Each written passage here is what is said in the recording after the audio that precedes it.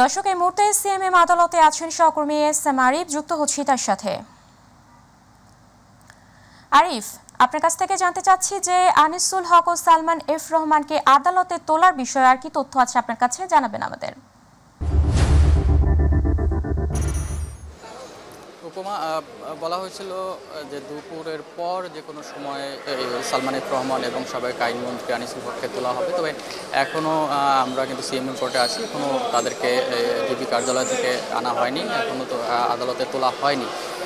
তবে আমরা যতটুকু তথ্য থেকে জানতে পেরেছি তাদেরকে আসলে 3টার পর যে কোনো সময় আসলে আদালতে তোলা হবে। জানেন যে এই দুজনকেই আসলে গত 14 আগস্ট কিন্তু 10 দিনের রিমান্ড মঞ্জুর করে আদালত। তাদেরকে নিউ মার্কেট থানার একটি হত্যা মামলায় গ্রেপ্তার দেখানোর পর 14 আগস্ট তাদেরকে 10 দিনের রিমান্ড মঞ্জুর করে এবং সেই 10 দিনের রিমান্ড কিন্তু শেষ হয়ে গেছে এবং আজকেই আদালতে আবার তোলা হবে। সেটি বিভিন্ন তথ্য থেকে জানতে পেরেছি এবং আদালতে তোলার পর আবারও তাদের দুজনের ক্ষেত্রে রিমান্ড চাওয়া হতে পারে আরও, কারণ আদালত থেকে যে রিমান্ড দেওয়া হয়েছে রিমান্ডে কিন্তু তারা চাঞ্চল্যকর অনেক তথ্য দিয়েছেন বলে আসলে বিভিন্ন গণমাধ্যম থেকে তথ্যসূত্র থেকে আমরা জানতে পেরেছি। তবে আরও কিছু দিন তারা রিমান্ডে যেতে পারেন এই সালমান এফ রহমান এবং সাবেক আইনমন্ত্রী আনিসুল হক তাকে, এবং আরও তথ্য যেন তাদের কাছ থেকে নেওয়া যায় সেই কারণে কিন্তু আসলে তাদেরকে আবারও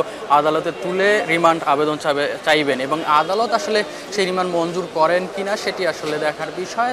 শুধু যে এই দুজনেই নয়, আমরা যতটুকু জানতে পেরেছি ডক্টর দীপু মনি, যিনি সাবেক সরকারের একজন মন্ত্রী ছিলেন, তাকেও এই আদালতে আজকে আনা হতে পারে, কারণ তার 4 দিনের যে রিমান্ড দেওয়া হয়েছিল 20 আগস্ট সেটিও সময় শেষ হয়ে গেছে। তাই আজকেও তাকেও আনা হতে পারে আদালতে এবং পাশাপাশি জিয়াউল হক যিনি রয়েছেন এনটিটিএস এর সাবেক পরিচালক, তাকেও আসলে এই আদালতে আনা হতে পারে। আদালতের যে সার্বিক চিত্র যদি বলতে চাই, যে যারা পুলিশ সদস্য রয়েছেন, আইনশৃঙ্খলা বাহিনী কিন্তু তৎপর রয়েছেন, আমরা ব্যাপক পুলিশ সদস্যকে দেখতে পাচ্ছি, পাশাপাশি বিজিবির একটি দল টিমও কিন্তু আমরা এখানে দেখেছি। তো আসলে এই ছিল আমার কাছে সর্বশেষ আদালত প্রাঙ্গণ থেকে।